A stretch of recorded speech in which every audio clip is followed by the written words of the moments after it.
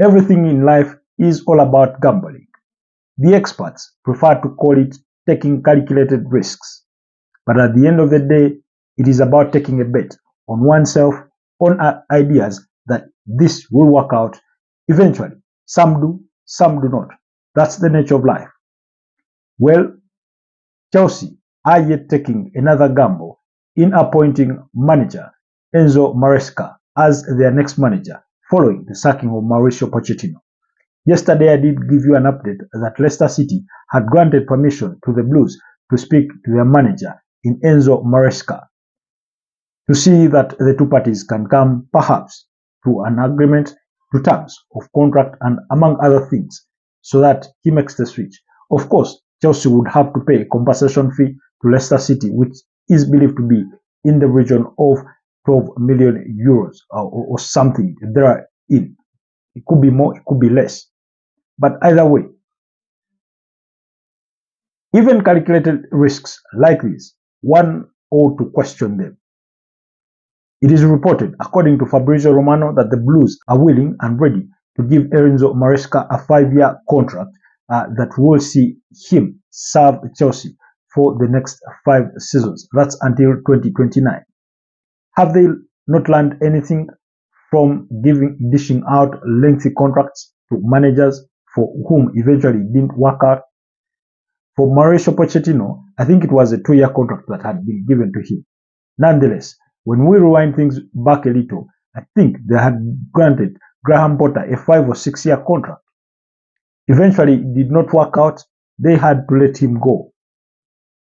Ever since then, he's not gotten himself back into management. Of course, he's had approaches from multiple clubs, including Ajax, and I think there was another team in France that wanted his services, but he has turned down all those. And present-day reports do suggest that Brighton would try to lure him back to the Amex Stadium. Nonetheless, you do question, of course, we did question, and you still do question the timing of the sacking of Chelsea manager in Mauricio Pochettino. Of course, their season did not go according to plan. First of all, they struggled for consistency, but eventually, I thought, when he got the right setting, or they had started to gain momentum, more or less at the right time. It was a little too late for most Chelsea fans, of course, because they ended up finishing 6th on the table. But finishing 6th on the table, whereas that sounds as a disappointment, when you rewind things back, all throughout the season, they were oscillating between 9th, 8th, 10th, and even down to 12th place. They were oscillating between those positions. At the end of it all, they gained some momentum and won their last 5 games that saw them move up to 6th on the Premier League table.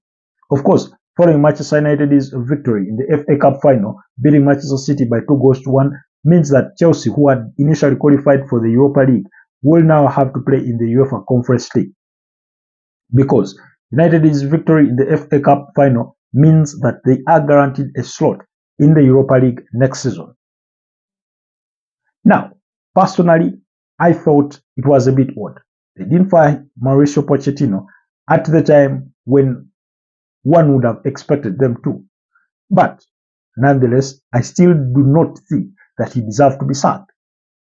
Not somewhere in the middle of the season, not at the end of the season. Because for everything that was going wrong at Chelsea, he was not entirely to blame. I do not think so.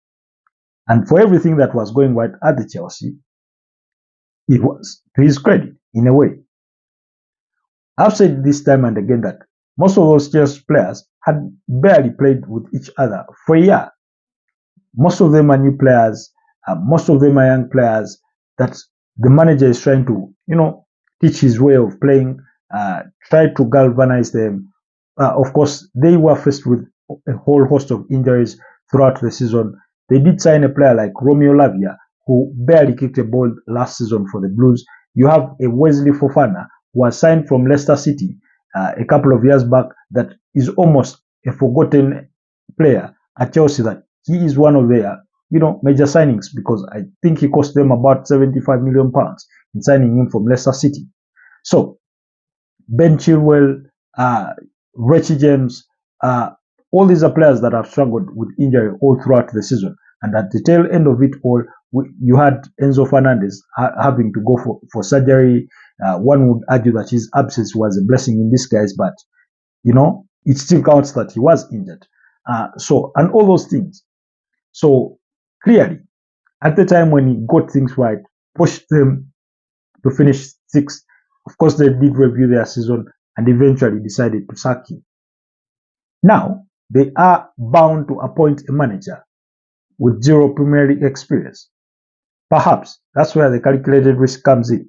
Nonetheless, it's still a tremendous risk because in Mauricio Pochettino, you had a manager with Premier League experience, having been at Southampton before leaving to join Tottenham, where he spent about 5 years, and then of course he went to PSG at some point. That was between 2021 and 2022, where he won the French League One, which I think to present day is still, his only title in his managerial career. I do not remember him winning anything during his days at Espanyol.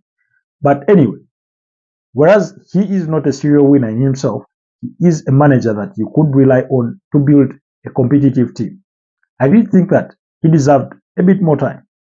Give him the summer, let him work his squad, let him welcome back all those players from injuries, let him sign a couple of other players, let go of those players that he thinks won't be fitting into his mold of the team, and then set the bare minimum of finishing in the top 4.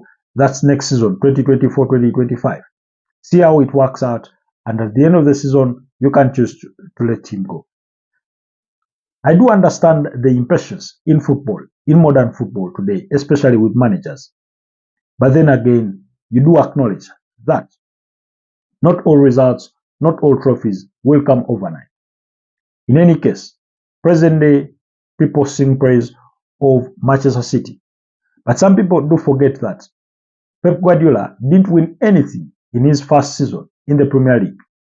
That was, I think, 2016-2017 when Chelsea were crowned champions under the charges of Antonio Conte.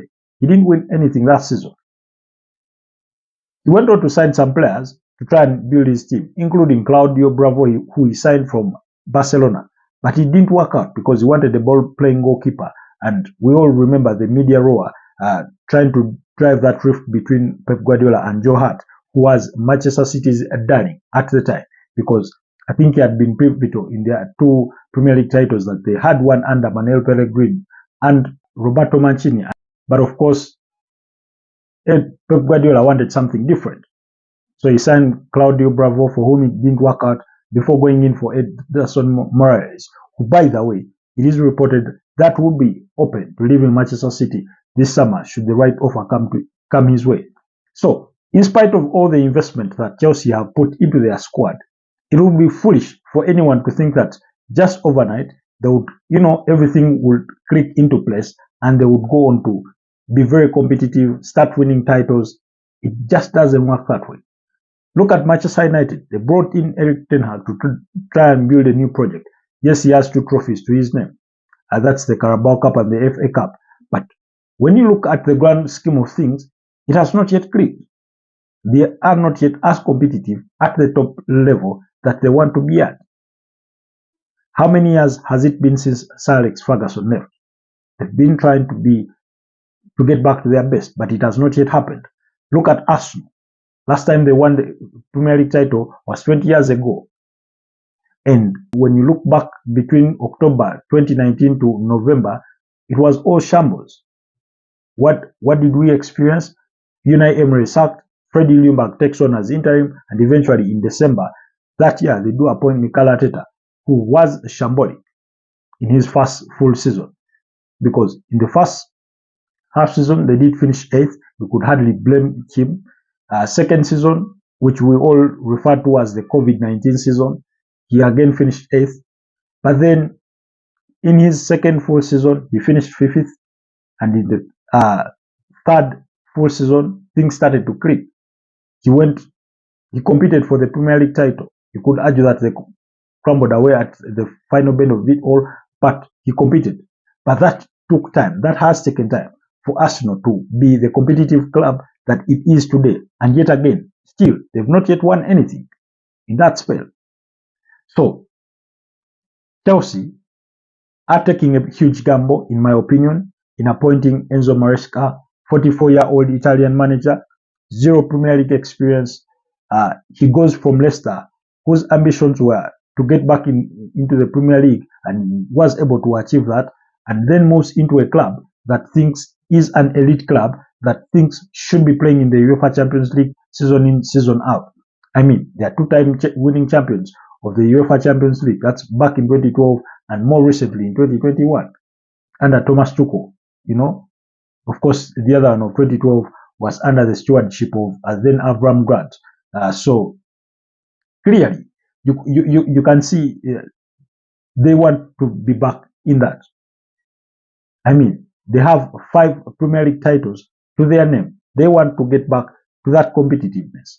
But it's not going to happen overnight, because every new manager that you appoint, they are going to need a bit of time for them to pass on their message, to pass on their style to their new players.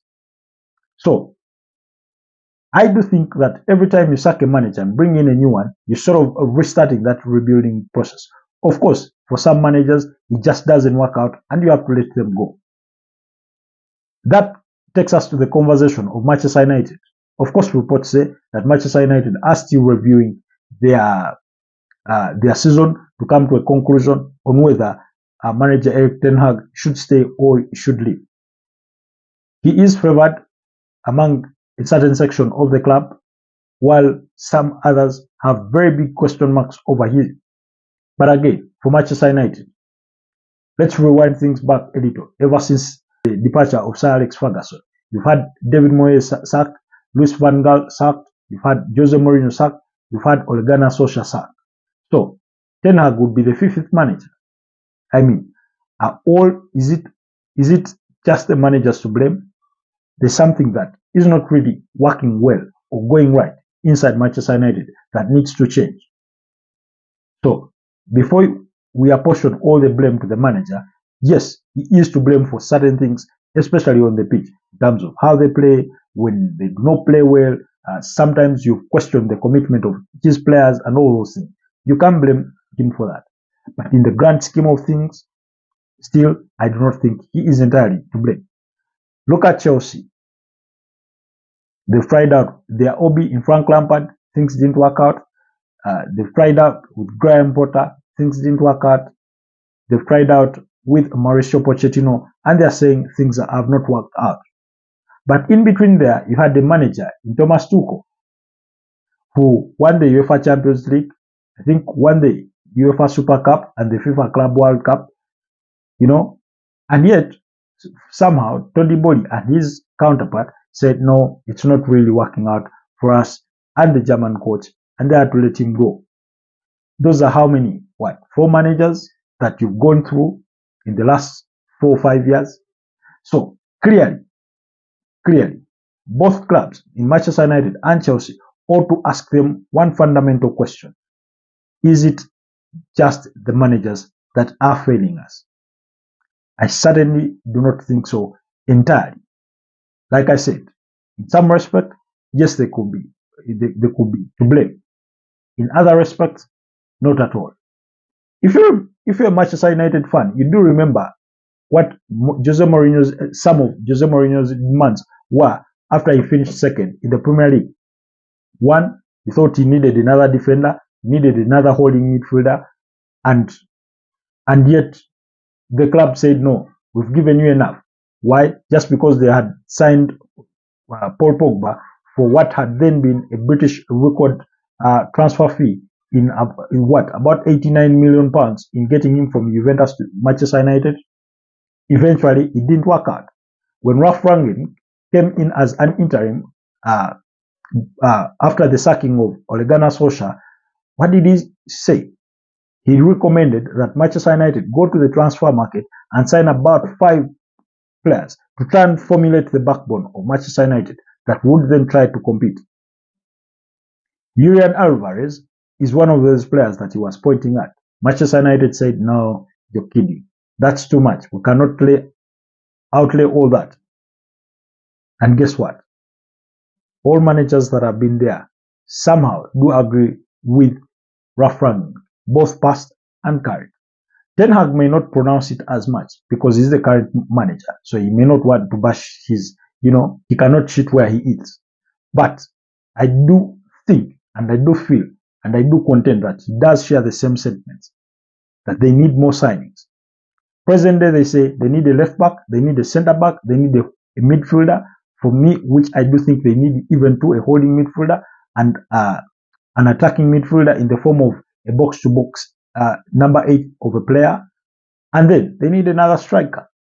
And then try to formulate that backbone, that spine of the team on which all the other players try to ride. Yes, you could argue that they do have Kobe Mino to play that role in the deep line holding midfield. But again, you ought to remember that Kobe Mino is a young player. You want him to play 38 Premier League games. He's the same player that you want to play in the UEFA Europa League every Thursday and then return and play over the weekend. Before you know it, you have a crucial tie in the FA Cup where you think he should be fielded. So, yes, he's there. He's a very decent player. He has well earned his call to the England national team, but he's not enough. So, they do need an addition to try and form that spine of the team on which other players that will thrive. So, the discussion about Chelsea and Manchester United, whatever the decision Manchester United will make, will be questioned. If Ten Hag stays, there are those that will question that decision. But if they sack him, then there will even be more questions because it's hot out there in the manager's transfer market. Are you going to go and get Sergio Conceição, who is leaving FC Porto? And chances are he could end up at Olympique Marseille. Who knows? Kieran McKenna at Ipswich Town. Reports say he's destined to stay at Ipswich Town after failing to land the Chelsea job because they told him he is no longer in contention for that job. Of course, Brighton and Hove Albion had approached him, but that doesn't seem to be progressing. So, clearly, you do have a Maximiliano Allegri, very experienced manager, but of course he would also be new in the Premier League, so he would need a bit of time. You do have Zinedine Zidane, who nobody is even talking about. The other day I was mentioning that I do wonder why no club has ever approached Gian Piero Gasperini of Atlanta to try and, lure him to their side. I do think he's a very decent manager. If Atlanta had the kind of budgets that some of these big teams have, I do think he could be able to do more. So, in conclusion, I do question Chelsea's thought process in sacking Mauricio Pochettino and then appointing who I would consider a novice in Enzo Maresca. Of course, I do understand that there are those that will argue that, Mikel Arteta had never coached any side before he was appointed as Arsenal manager and all those things. Yes, you can make that argument, and it's a valid argument. But then the question comes back. Are you willing to give your next manager as much time as Arsenal accorded Mikel Arteta? For some of you that do not recall, even Arsenal fans at a certain point, they asked for Mikel Arteta's head on the spike. At the start of the 2021-2022 Premier League season, Arsenal lost 3 consecutive games. 0 goals scored. I think they had conceded about 9 goals. They had lost to, I think, Brentford by 2-0. They had lost to Chelsea. And I think the other had been against Manchester City by 5-0, something in there. They were bottom of the table. And everybody was calling for the sacking of Mikel Arteta. So, do you think that the next manager that is offered the Chelsea job, or so to speak on the other side of the aisle in Manchester, should Erik Ten Hag be let go? Do you think the next manager that will be given that job, should that be the case, will be accorded the same time that was accorded Mikel Arteta? I'm not sure all clubs have the same elasticity in terms of being patient with managers the way Arsenal had to be with Mikel Arteta. Anyway, that's it for now on those 2 clubs. Do let me know what your thoughts are down in the comment section. In other news, Aston Villa handed their manager Unai Emery a 5-year contract. Now, congratulations to him. He's been incredible. He's guided them back into the UEFA Champions League, I think, for the first time since 1983. That's very incredible achievement. When he joined them last season, but one, that in the aftermath of the sacking of Steven Gerrard, when he had to leave Villarreal to come and join Aston Villa, Aston Villa were languishing in those relegation positions or somewhere about that, and he's done wonders with them. They ended up qualifying, of course, for the UEFA Conference League, where they did play this season. Of course, eventually they were knocked out by Olympiacos, I think, who play in the final tomorrow against Fiorentina. That game is on with at 10 p.m. East African time as kickoff, the UEFA Europa Conference League final. So don't miss out on that. But in the history of giving managers very lengthy contracts, it hasn't always really worked out.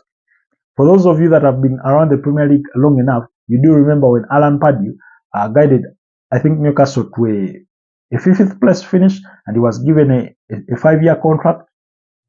He didn't even do half of that contract, and he was fired. Graham Potter, given a lengthy contract, he didn't even walk a year of it, and he was sacked. David Moyes at Manchester United, in the aftermath of Sir Alex Ferguson's departure, he didn't even finish a year of his 6-year contract that he had signed with the Red Devils. So clearly, maybe I'm just overthinking this. Maybe I'm just being too pessimistic about this. Does he deserve the long contract? Of course he does. I'm just saying that sometimes lengthy contracts do not always work out. Anyway, that's it from me. Robert Kesakos is my name. Do not forget to subscribe to the channel if you're new. Do not forget to like, comment, and share. And I'll see you next time. Stay blessed.